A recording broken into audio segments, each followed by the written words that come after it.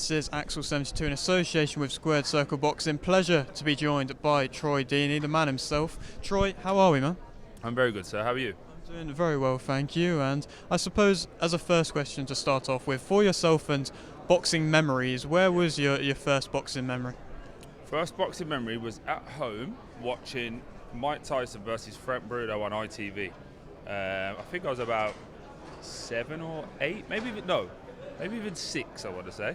A bit younger than that. So, 95, 96, about 6 years old. My dad let me stay up, so my dad was a massive Mike Tyson fan. So I was allowed to stay up and watch that. And then, it was an unbelievable tear-up, so I was buzzing. And I suppose, in general, for you and for boxing as a sport, have you always kind of enjoyed that throughout your whole life? Yeah, so my dad forced us to box a little bit as kids, just to learn to look after ourselves and be assertive. I think boxing and any kind of mixed martial arts gets you to a position where you learn how to look after yourself and have a bit of discipline. So that's what he wanted. We did it, and I loved it, man. I loved it ever since. Ever since I would watch that Mike Tyson fight, I was like watching all the time. So yeah, Marvin Hagler, Senior, Eubank Senior. Sorry, because I know Chris, I always call him Junior. So Senior, and then obviously Connor, Ben Senior. Fucking hell, my mind's gone. Sorry. Help me out, Nigel Ben. Jesus Christ, yeah. Sorry, because I know the younger ones. I keep talking about them. Sorry, yeah. But that's my generation that I came up in. So happy days. What about you? About me? Yeah, what got you into boxing? Just a little bit of a different generation, I suppose, from you, and I suppose this is my era now, where it's just like people like Taylor Catcher. I mean, when you go back to early years, I love watching old fights as well, but people like Pacquiao and stuff like that were huge names as well. But it's a shame that I got the pleasure to go to Mayweather versus Cotto, and that in Vegas. I watched that live, unbelievable. But I think we're about to get kicked out because I just saw that Josh Taylor just came in. But go on, Go. Till the kick was out, let's go. And I suppose, for this huge domestic fight, do you love seeing these big domestic dust-ups? Absolutely. I think it's a situation where we need more of them. And I think it's on us as fans and as media outlets to get behind these fights, because Saudi obviously offering the money, the glitz, the glamour. But I feel like they're for the big fights. Rightly so. Do you get what I mean? So it was like Vegas was back in the day. You wanted to get there. Now it just happens to be Saudi. I think we as a fan base now need to get everybody on side and say, right, turn up for these shows when it's on, and hopefully everyone will. Indeed, and I suppose in general, when you look upon last weekend and Fury-Usyk, what that was, did you kind of, I suppose, as everybody go into the fight thinking there's going to be a level of controversy that will end up happening? Yeah, I think so, mate. I think I'd say controversy. I didn't really see that much controversy, to be fair. I think Fury has got enough credit in the bank to be able to say he recovers. Everyone keeps going back to Wilder, but we sort of get off the ground with Cunningham and other times before. So why are we here now going, right, because he got wobbled, and he did get wobbled, we should now stop the fight? It's strange, and I thought it was fair.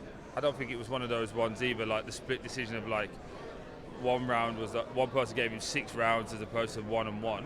It was a close fight on everyone's card, and Usyk came out on top, and probably the 9th spun it in his favour. Would you say that Usyk now is deservedly pound for pound number one? Absolutely, he was always in the conversation. I was just saying previously, I think, in my opinion, the one who's come out of all this with the most credit is AJ, because I know he's my friend, but when he lost, everyone was going, how did you get the little guy, you can't do this, you can't do that. But for some reason, when Fury's lost, now it's, look how great these two guys are. Do you get what I mean? It's a lot of come by arm, and that, as it should be, by the way, because they're two unbelievable athletes. But, from a personal point of view, a little bit disappointed that AJ never got that kind of support, from the media and especially from UK fans. So I think Usyk's unbelievable. I think Tyson's unbelievable, and I think AJ's unbelievable. We're in a very lucky time where you've got 3 very good heavyweights. You've got like another crop underneath as well, your Joe Parkers, Wilders, etc.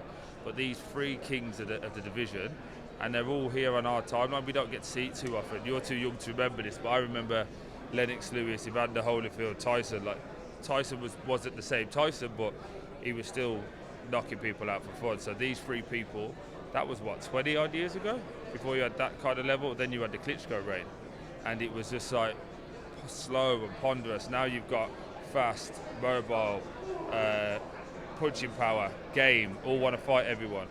I think it's brilliant, man. We should just enjoy it while we're here. And if you could compare it to football, I suppose that's definitely progressed over the years as well. And do you feel like that kind of maybe fast style is similar to that of football, the way it's developed now? Yeah, because everything develops faster with money. Everything develops faster with money, right? So if you pump a load of dough into it, it'll develop faster. We saw that with the Chinese league, we saw that with the MLS, we saw it with now with Saudi, and at one point it was like Turkey as well. Like everyone seems to think like we have this moral high ground that the UK did everything the right way. We did that. We did it in the 90s when the Premier League first boomed. We started bringing loads of players in from Italy that weren't making as much money. So it all progresses with money, and it all progresses with quality of products, and that's what we're getting at the moment. So you'll never see me complaining about people getting paid. Never. Indeed. And just a couple more from me. And I suppose, what would you say is the main things going around with you at the moment? What are you progressing in your career?